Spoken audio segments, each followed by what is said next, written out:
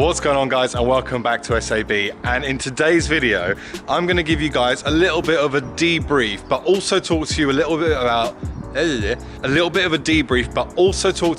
what it's like to drive the Abarth 595 across a pretty significant distance. Now, if you haven't watched the videos before, have a look at those, because I took a trip with a couple of friends who, one has a Porsche 996 Turbo and the other one rented a Ferrari California T, and we drove from London all the way up to Western Scotland, up towards Abarth, in the search for some absolutely amazing roads.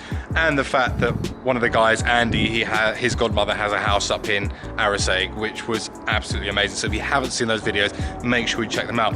To the matter at hand, this car, I have done approximately 1,300 miles across 4 days. So I have literally just got home from what seems like an age of driving. And before I give the car a clean, because you can probably see it's absolutely disgusting, but considering the fact it's on 1,300 miles in 4 days, it's to be expected.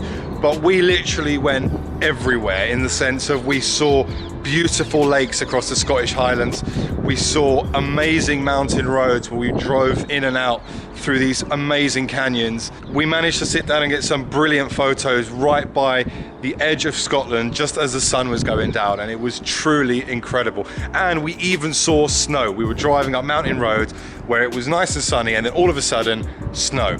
So we have seen all sorts of terrains in this car. So the first question, which I'm sure all of you guys are thinking if you've watched the videos, is how is my back? So I'm not gonna lie, my back was very, very tight towards the end of the second journey up towards Scotland. From London to the Lake District, it was okay, but then from the Lake District all the way up to Scotland, it was a challenge. My back did hurt a bit, and I think that's a combination of the seating position in that car, the coilovers I put on it as well, so that probably doesn't help it. I think a standard Abarth 595 would cope pretty good on a long drive, to be honest, but my car specifically was a bit of a challenge for a long drive. But, and this is the great part, the fact that I do have coilovers on it and the fact that I do have camber on that car made for the twisty roads in Scotland to be an absolute dream to drive. And I'm not even kidding you, this car was insane around the corners up around the Scottish Highlands. I mean, even to the point where my friends were saying that they were really surprised at how the Abarth was keeping up with the Ferrari and the Porsche around the twisties. Naturally, on the straights, they were gone.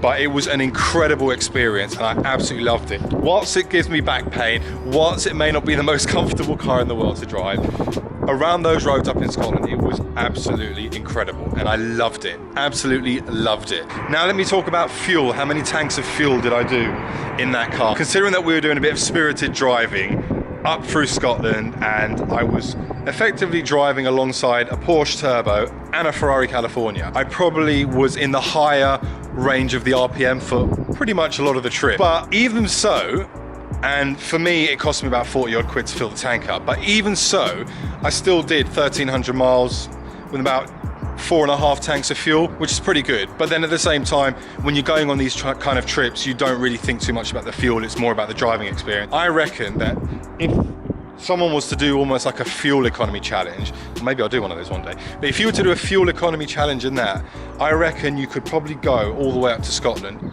on a tank and a half. If you were literally doing 65, it would take you an age to get there, but you could probably maybe even do it in one. Actually, no, you can't. Definitely can't. Another part of this car which really came into its own on this trip was the brakes. And obviously I've got the whole Lamborghini look thing going on and they look great, but actually I was actually able to use them, because around the Scottish mountains, when you're accelerating fast and you want to slow down on the straights to get the corners, etc., I was really making the use of those brakes. So absolutely brilliant stopping power. Fantastic. From a noise point of view, from inside the cabin, just driving at a constant speed up and down the motorways, etc., there was hardly any drone. I was able to listen to my music. All was good in that car. So I think my only criticism, and I think a lot of that is self-inflicted, was the fact that my back was in serious pain. But other than the ride itself and how harsh the ride was, again, self-inflicted, the car was an absolute dream to drive on this journey, and I absolutely thoroughly enjoyed it. And I'm so glad that I got an opportunity to take this little thing up to Scotland, and I'm sure I'll do more road trips in the future, but this was the first real road trip I've ever done and the furthest I've driven that car, and I've had an absolute blast, an absolute great time. So if you haven't seen those videos, guys, please make sure you check them out. Have a look at how we got on from London to the Lake District, all the way up to Scotland. I really hope you've enjoyed the video, or the series even, because that'll be the end of this series now, because I'm going to group them all together. And if you have, please like, share, and subscribe, and I'll see you all on the next one. Thank you, guys. Bye-bye.